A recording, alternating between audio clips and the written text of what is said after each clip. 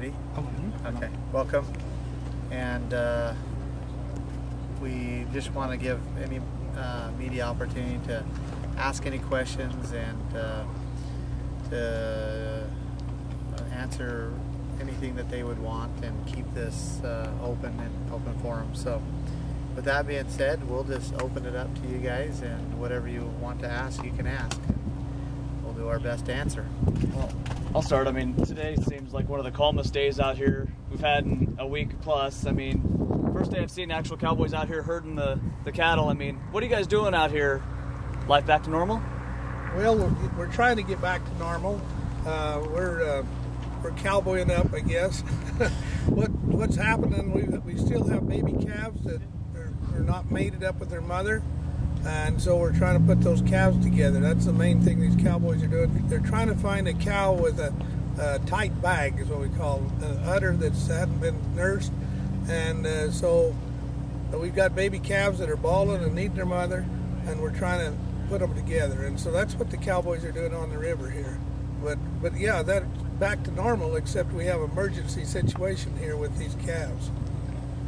I mean, how many of you, I think I heard Ammon say over the weekend, 27 that were separated from their mothers. I mean, how many of you have been able to reunite at this point? You know, I'm not sure about that, but I know there's probably half of them that we've reunited with their mothers by now. How far are they spread out at this point? I mean, I know you guys ran in through that wash, and I don't think you could get them all back here that night. Yeah, we got, they're scattered all over. We don't know for sure, but they could be, 20 miles away by now, or even further, scattered across the range. And then I know all weekend after, you got the cattle back, still everybody was saying battle's not over. Last night we heard Senator Harry Reid say the battle, it isn't over, can't let this happen, it's not over. What do you say to those comments? Well, I say, we the people of Nevada elected you, Harry Reid, to go back to Washington and take care of the United States business mainly take care of our foreign business with foreign countries, and stay back there and do your job and leave us alone here in Clark County, Nevada. You do not have no business here at all. But with him saying that, do you think the BLM will be back here, whether it's a matter of weeks, months, years, rounding these cattle up again?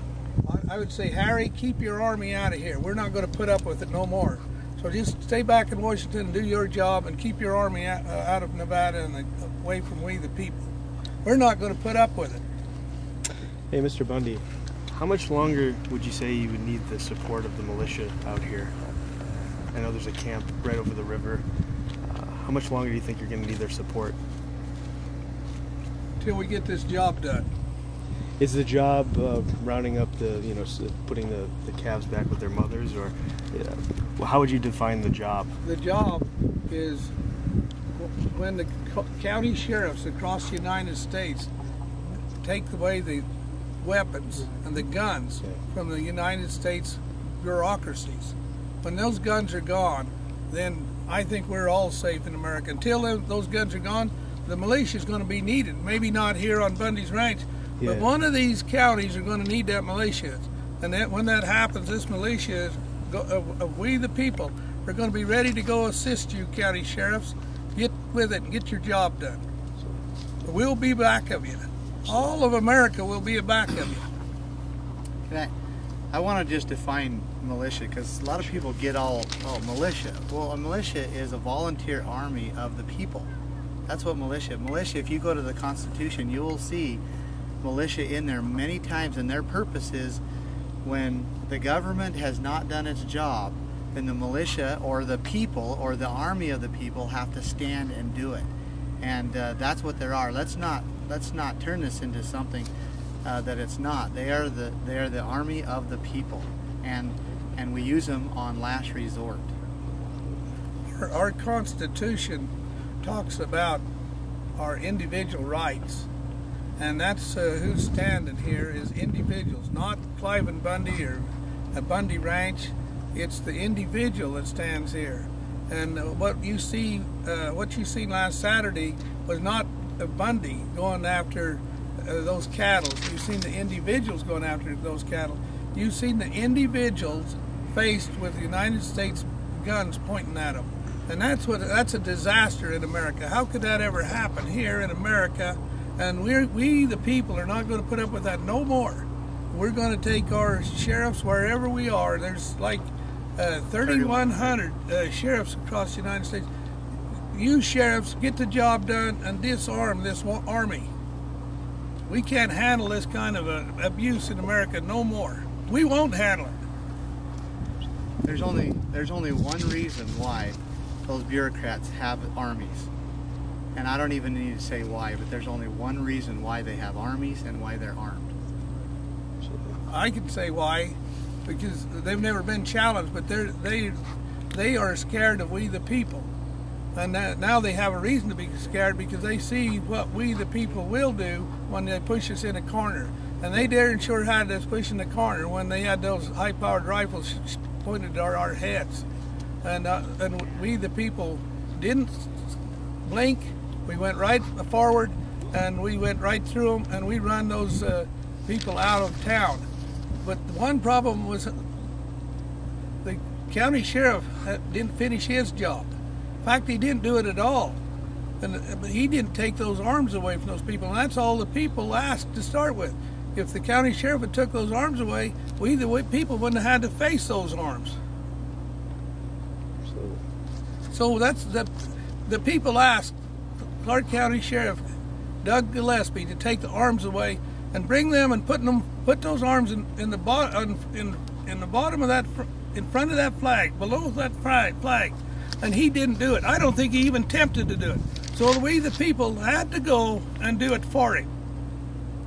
And those elderly ladies, I got mad, or they got mad at me when I called them elderly. I called them old, and they didn't like that either. But those young ladies, let's put it that way, had to go do the governor's job.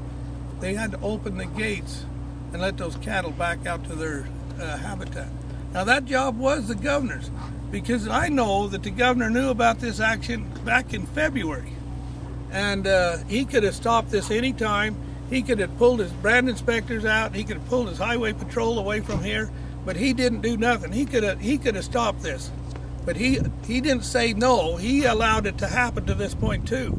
So it wasn't only the sheriff that caused this, it was the governor of Nevada, Senator Board, caused this and allowed it to happen in Nevada. I know you said some of your goals, getting the fee gates removed from Lake Mead, Red Rock, getting the BLM disarmed, and getting the state of Nevada to take back this land from the federal government. Do you think you'll see any of those accomplished in your lifetime or your children's lifetime? I hope I see it done before the day's over. I'll tell you one thing. County commissioners are meeting right now, and they wanted to know what I wanted and what needed to be done. I said, well, tear down those entry gates, toll stations. Just go ahead and tear them down. That's the county commissioner's job. They have the control over the equipment. They have the control over the men. Get the job done. Isn't that what we the people ask? Yeah. You know, some people say, well, that's pretty radical, and I thought that pretty radical too. But let me tell you, there's a young boy here just about a month ago, got shot to death by BLM officers. And far as I could tell, in my opinion, that boy wasn't doing nothing. He was walking up the road and maybe needed a drink or maybe needed a little information on where he was going. And they shot that boy dead. Now those people, if they didn't have guns, they'd have been serving that boy, not shooting that boy. Mr. Bundy, how do you think the media has been covering this story? Do you think that they're getting most of it right? Do you think there's a lot of it that hasn't been said? What would you say to that? You know, the only thing I can say is the media has been good to this cause, and the fact you've been here, and I've enjoyed that you've been here. For knowing, I haven't had time to read a paper, look at the news. I don't even know who's on the headlines or the front lines, and so I'm sorry I can't answer that. But I hope they've been fair, and I hope they understand what we're here for and why we're here. Have you slept much in the last long Well, day? I got my voice back a little bit, and I've been getting a couple hours sleep, except for a couple nights. Absolutely. Then other families, I know there's family in Texas. kind of going through a similar situation. Are you guys reaching out to help some of these other families that may want to make a similar stand? You know, I don't know what the situation is, but when we reach out across to America and ask the sheriff to take these arms away from the bureaucracies, and I don't know whether the bureaucracies are causing trouble in Texas, but I would assume they are. And what most of the trouble in America is caused by these bureaucracies that don't have no constitutional jurisdiction or authority, and they're abusing. They should be like Boy Scouts. They should be helping us and courteous and serving us. We pay them.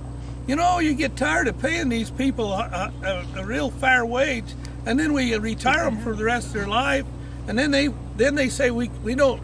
If we was personal, we would help you, but we got 27 years, and we can't risk that, so we're going to follow the bureau. Okay, that's not a good enough excuse, America. That's not good enough excuse for American civil servants. Like I said, you should be acting like Boy Scouts.